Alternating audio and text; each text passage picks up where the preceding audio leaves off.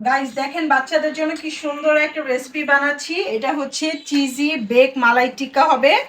এটা চিকেন দিয়ে বানাচ্ছি, সাথে হচ্ছে একদম ওভারলোডেড চিজ থাকতেছে।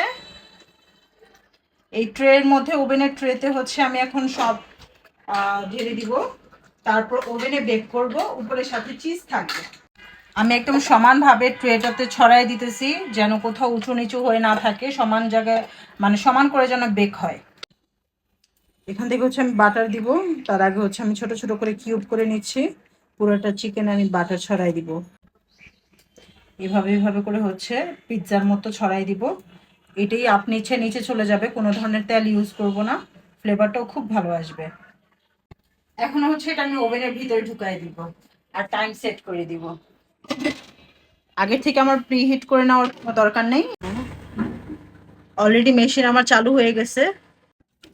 আমি এখন ওভেন থেকে আমার চিকেনটা বের করে নিচ্ছি। দেখেন কি সুন্দর লুকস, ওয়াও, মাশাআল্লাহ।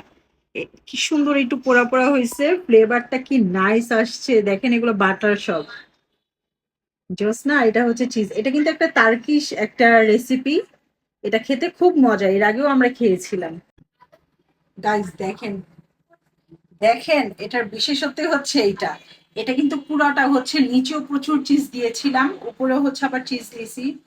মানে এটা যে খেতে কি মজা, আমি এখন খেতে পারবো না, তবে আপনাদের খেয়ে দেখাইতাম, কারণ এটা প্রচুর গরম, মাত্র বের করছে আমি ওভেন থেকে। আর এটা হচ্ছে আপনারা পরোটা অথবা রুটির সাথে খেতে পারেন, খুব মজা লাগবে। জান দেখো তো, তোমার জন্য একটা রেসিপি বানাইলাম, কেমন হয়েছে? এগুলো তো আমি বাইরে আগে খেয়েছি। আর তুমি তো এগুলো খুব পছন্দ করো, হ্যাঁ, তাই না?